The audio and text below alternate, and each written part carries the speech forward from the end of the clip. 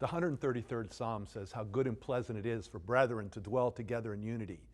Today, on Back to Our Roots, we're going to be talking all about community. What does it mean from a biblical perspective? Stick around.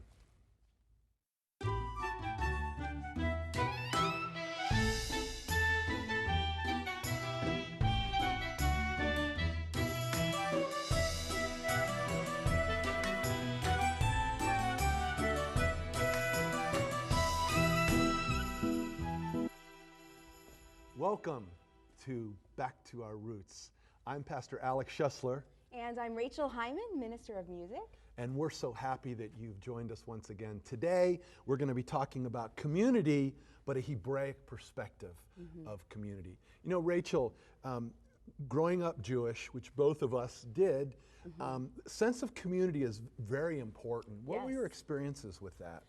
Well, you know, since Jews are a minority in the world, we feel a strong need to stick together and to be there for each other. Right. That's something that I valued growing up. Yeah, I was raised in a very large family, huge extended family, aunts, uncles, and everything. And I remember coming together at my grandparents' house. My grandmother was the one that kind of drew us all together, and there would be huge tables. And you know, growing up, one of the times when you knew you were there, you had arisen, you know, had got there, was when you got moved from the kids' tables. Exactly, to the adult table. To the adult table. At Passover, That's right, that's right. You know, even in community today, within the Jewish faith, community is such a huge thing. I live in what is predominantly Orthodox Jewish area. And I see every Sabbath all of the Jews making their way to temple, walking. South Florida, right? Yeah, this is in South Florida, making their way there. And you know, that whole concept, that whole idea of community and being drawn together is really solidified by the fact that, you know, to get to the temple, you can only walk. You know, they don't drive. Exactly. So that creates in itself this perimeter, this boundary that, you know, you can't extend beyond that. And there's wisdom to that. You know, sometimes we think about, wow, how inconvenient that would be that, you know, on the Sabbath I can't drive, I can't go anywhere. Spend more time with family. But exactly that, you know, it promotes that whole idea of community.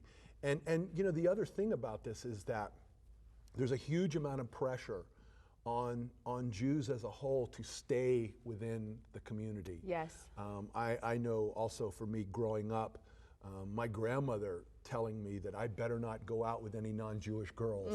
You know, that it was all about staying within. Stay away from the goys. So from the nations, being in community. Today, we're going to explore some interesting concepts and ideas that are really birthed even prior to the time that Jesus walked the earth and have made their way even into the future now. And we want to invite our resident theologian, Alexander Bolitnikov, Sasha, we call him. If you would come on out, Sasha, and join us once again. Sasha, we've, by the way, hi, Sasha. Good to have you. It's nice to be with you, Alex, Rachel. We always appreciate your thoughts. Yeah, Sasha adds a whole different spin to our discussion. You know, Sasha, today we're talking about community and what it means from a Hebraic perspective.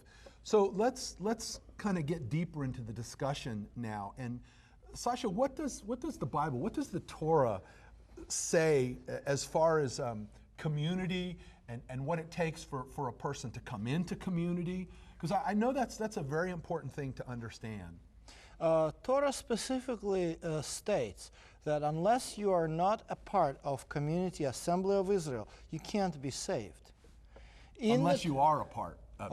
Unless you are a part. Yeah, you can't be saved. Because this is where you get saved. You are part of the community of Israel. Otherwise, you're a pagan. Right. Now, let me clarify. We're talking about from an Old Testament perspective here, just so somebody doesn't, you know, misinterpret. And that's why I'm emphasizing this, because it's often misunderstood. We talked about the difference between the New and the Old Testament. And it's important to understand that actually there is the same logic, but it's more symbolic. Okay, how so? And this is how it works. The laws of the Torah divide people into three categories. Okay. The people of Israel, the people who are called strangers or foreigners, and the people who are classified as sojourners. Okay. And there are specific words. Okay, so explain, what does each one of those things mean? Stranger and foreigner is a person who just is a pagan. He passes by Israel or Jewish community, Israeli community, just on a business, you know. So it's a camel caravan Yeah, yeah. just going by. Or he came and did something, you know, some outsider. ambassador. He's an outsider. Okay. He is not he's not expected to follow any commandments unless he's, as long as he doesn't commit some crime like murder or he doesn't preach and call to worship idols, you know, he's fine. But let's say this foreigner, stranger, comes into the court of gentles in the temple with some Jewish friend. So let's explain. I mean, right away, you know, we want to make sure that people are understanding when we talk about the court of the Gentiles in the temple, so people understand the way that if we're talking about the temple, there is an area that anyone was allowed to come into. Exactly. Right? And then as you moved closer to the holy place and the Holy of Holies, it got more restricted. And finally, you know, of course, the Holy of Holies was only For the high priest. Exactly. Yeah, but, and he sees the sense that these sacrificial services, these festivals, they really point to the Redeemer. And so he says, I like this God of heaven and earth. He makes sense. His laws are good. So I wanna know more. And from that on, he is no longer classified as a foreigner. He can become a sojourner. The only requirement for sojourner to start, he has to keep the Sabbath, because the fourth commandment says, and the sojourner which is in your gates. Okay. So he is a part of he is on his way to salvation. He is required now to follow the laws of the Torah. He is a part of the community. He gets benefits of the community. He can't lend to a sojourner with interest. To a foreigner, you can. But to a sojourner, no, you can't. So, but the difference is he still cannot go to the temple, to the altar, to sacrifice until he makes full decision to become a part of the community of Israel. And so he must circumcise all males in his household. And then at the time of Passover, this is a sacred time, because at the time of Passover, he can participate in eating the Passover lamb. And after that, he is considered absolutely equal, no matter what his ethnic, racial, culture, religious origin. As soon as he circumcised and then ate the Passover meal, Passover lamb, he is considered as the natural son of Israel. He is in the community of God. Now, was there a typical time frame that someone would have to go, and was there additional studies or learnings in that time period that they would have to go? Or was it just the basic customs and actions that they would have to learn? Here's what you did for sacrifice. I mean, would they go through specific training? I know later that happens, but at this period, is the there? rabbis always emphasized that, especially in a time of temple, a sojourner, a person who is learning, has to really understand the difference between the sacrifices and the spirit behind the sacrifices that are made to the Lord of heaven and earth, so that he would not confuse them with any pagan rituals. Now, have they, at this point, are they required to become a student of Torah? Absolutely. That's what they do. That's what they study. They're not allowed to take the to actually bring the sacrifice.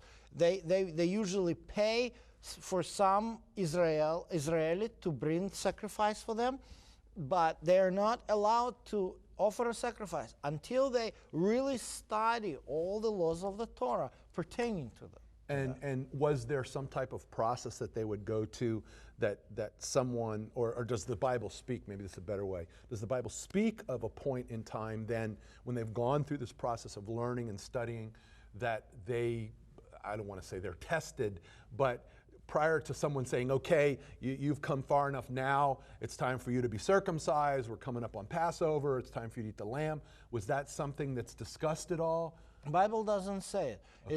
It's discussed in Exodus 12 in connection with the first Passover during the time of Exodus, especially because so many Egyptians were impressed with wonders and miracles God has made, and they really made this distinction between Egyptian gods, and they wanted to follow the God of Israel.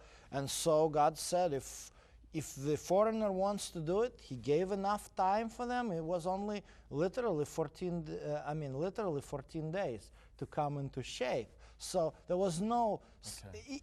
The story of Exodus show that there was only 2 weeks they had, but God allowed them in. Okay, all right. So let's move forward in time now. I mentioned at the beginning of the program how the neighborhood that I live in is predominantly Orthodox Jews.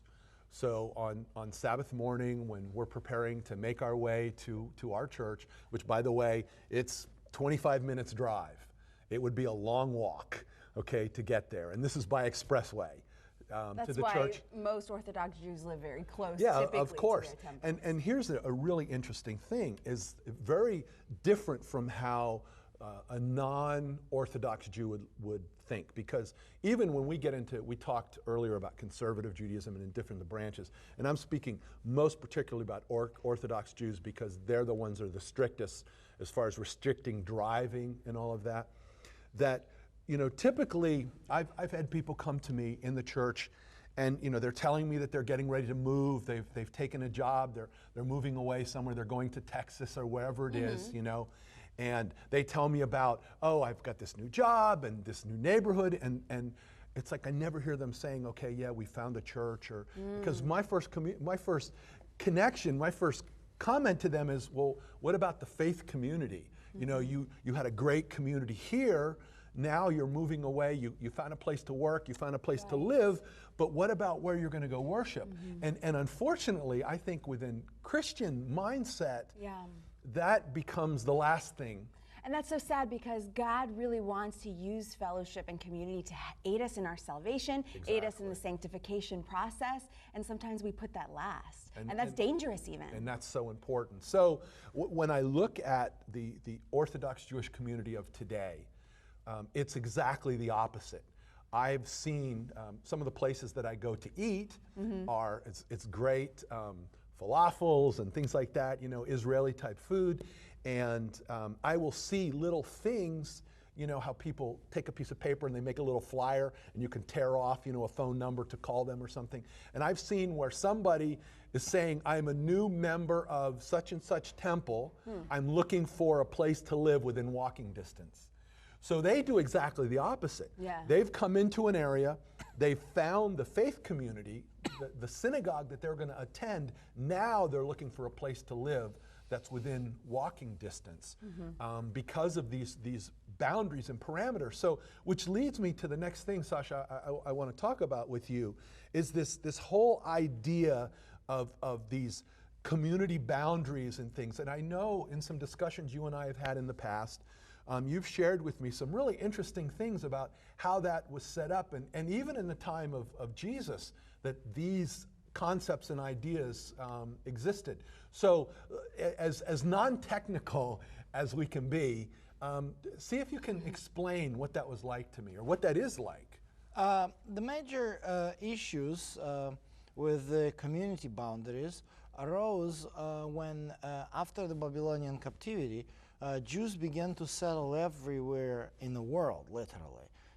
Egypt, Rome, former, Tarshish, which is Spain. And so the question arose, how do we preserve the community? Because as you mentioned, Rachel, we're always minority. Right. So they tried to settle together. And that was a very challenging thing, because you want to settle in such a way that you would be sharing things. And remember, we're not in 21st century America. We are way more than 2,000 years ago. And people live in clans. So there's a house here, house there, and usually in those conditions, people didn't have their own kitchen. They would have a communal stove, communal bathroom. Well, and that meant that all the cooking utensils, pots, and all of that stuff, it's all shared property. Cooking utensil is an expensive thing. So one family will cook some borscht in it, and the other family, you don't want to cook some potato Beans. With ham. Well, we don't think it would be any ham with it. Yeah, so you get too close together to people who share the same values, and so and then of course Sabbath. Sabbath is the day of rest.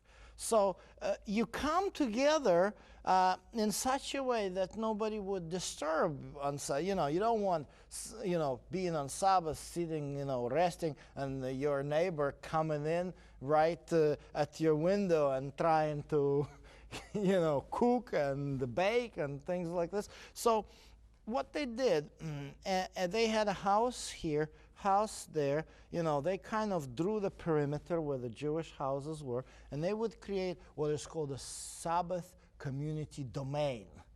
And this domain would be centered. They would measure the distance from these houses so that it would be a middle. In the middle, they would place a table, and on a table, they would set the pot with food.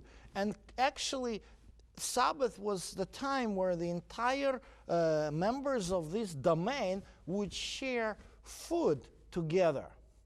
And often people talk about and laugh about the Sabbath way, which is not a correct interpretation. It's not forbidden in Jewish law to walk on Sabbath. It is the border of your community. That's how they say Sabbath way. They don't go outside of that border on Sabbath. Yeah, you don't go outside. Outside of this border, it's the secular territory. You don't want to go. That makes so much sense because sometimes when I'm, driving on Sabbath, and let's say my church is really far away, I see construction going on, and somebody pulls up next to me with loud banging rap music, and it really takes away from that holiness feel.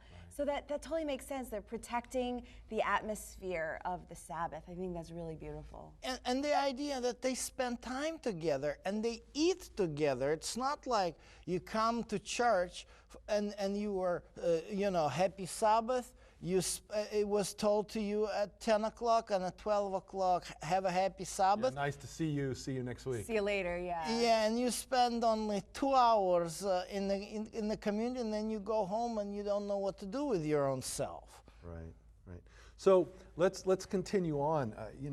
Now we understand, Sasha, that Jesus, he became our Passover lamb, and that idea of Passover was central as far as one of the key things that people had to do. They had to partake of the Passover lamb, right? To become part of the community.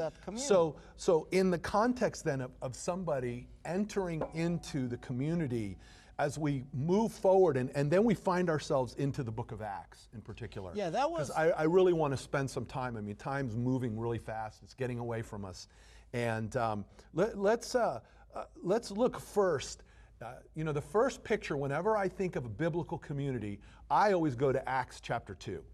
And I always look at that Acts chapter 2, beginning at 42, and it's this idea of where they all came together and they devoted themselves to the apostles' teaching. It talks about they broke bread and God came upon them and everyone shared everything. And it seems like, we sit around and we go, oh man, only if that's the way we could live,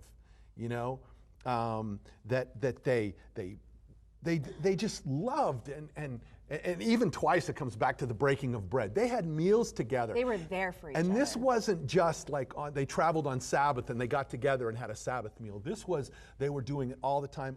And it even goes as far to say is because of the conditions that existed, in essence, God adds daily to their numbers. You know, they weren't doing evangelistic campaigns or knocking on doors or anything like that. They had established community, and that was attractive. And I think that one of the things that we miss and we take for granted is we read this and we go, only if we could be like this, but we take for granted the fact that, as Sasha was describing, they existed within community. That was a given. So let's move forward now. And I know, Sasha, you're jumping, you know, to want to talk. When we get to Acts chapter 15, there's some interesting things that the apostles have to deal with. Why don't you pick it up and let's spend a few minutes talking about that. The major problem in Acts 15 is because Paul comes from what was known as Jewish diaspora.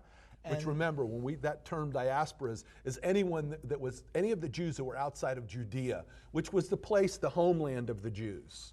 And he created quite a number of Judeo-Christian communities. Right, right. And in Jerusalem, he is asked this question, what have you done? And the reason why, because, see, in diaspora, the things are more complicated. In diaspora, it took before, for a Gentile, from paganism to a full conversion, to become a full-blooded, equal Jew, it may have taken about from 5 to 7 years. Right. Wow. Now remember, one of the things that the early church is facing is they're seeing non-Jews getting touched by the Holy Spirit, becoming followers of Yeshua. But remember, by and large, the whole community, they're all Jews, with all these established rules and taking 5 to 7 years for someone to come in, which is what leads us to this whole discussion in Acts chapter 15. What do we do? And remember, with the scarcity of food and things like this, unless you're a member of the community of Israel, you're not sitting at the common table. That's the major issue. So the question is, how come you do it so quickly? It's impossible. And the reason for it is very simple. You have to go from paganism, you walk into the synagogue. See, it's not like in Israel he sees the temple. He walks into the synagogue, that's where the scripture is read, the Torah is read. You express your desire to go for conversion, so you learn the Torah. And when you got to your circumcision, you get circumcised, that's fine, you become proselyte.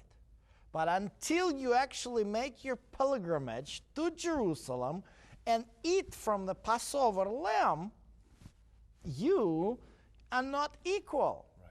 That's what the Bible says.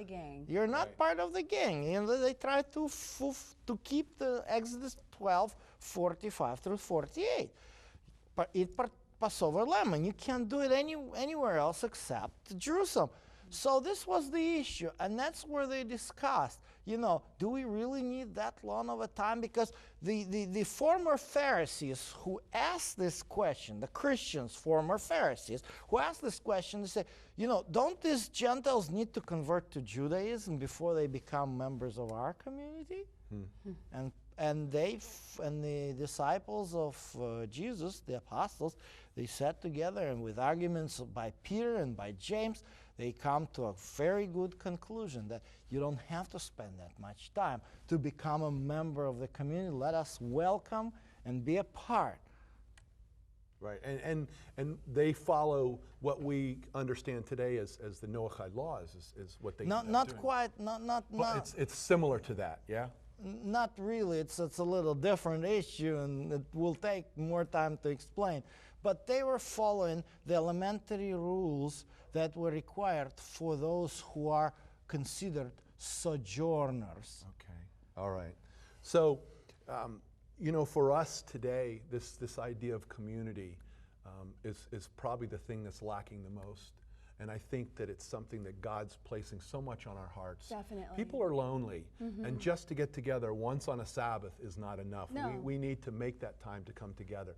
So once again, it's that time. Rachel, if you could get yourself ready, I'm going to ask you to prepare yourself. And Martine, if you would join us as well. Rachel is going to... Rachel's going to bless us with a song. Rachel, what's the title of this song today? This is Yisimach Moshe, Moses Rejoice. All right, let's hear it.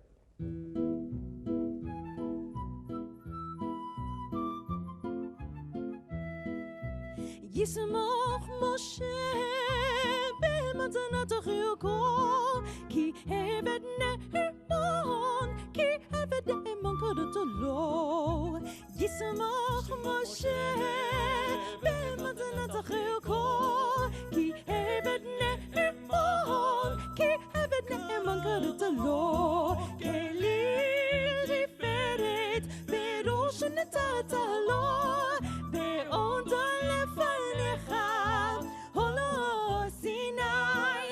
שילחת אבנים, הורי בידו, וכתוב בהם שמירת שבת. ישמח משה במתנת חיוקו, כי עבד נאמן, כי עבד נאמן קראתו לו. ישמח משה במתנת חיוקו, כי עבד נאמן, כי עבד נאמן קראתו לו. כליל תפארת בראש נתת לו, בעודו לפניך עולה סיני, ושילחת אבנים, הורי בידו, וכתוב בהם שמירת שבת. ישמח משה במתנת חיוקו, כי עבד נאמן, כי עבד נאמן קראתו לו. ישמח משה במתנת חיוקו, כי עבד נאמן, כי עבד נאמן קראתו לו. Once again, Rachel, thank you so much. Martine, thank you for joining us. Sasha, well, friends, once again, time goes by so fast, and it's just been a great joy to have you with us. You know, I pray, Rachel, that people will really be moved to reach out to each other. Community is the thing that binds us. And you know, Jesus talked in John 17 that he prayed that we would be one, and that, go ahead.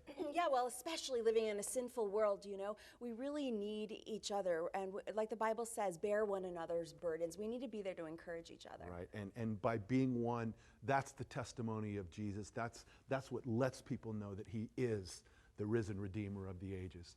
So as we close today, may the Lord bless you and may he keep you. May the Lord make his face to shine upon you and be gracious to you. May the Lord lift his countenance upon you and bring you his peace. Have a wonderful, wonderful day. May God be with you.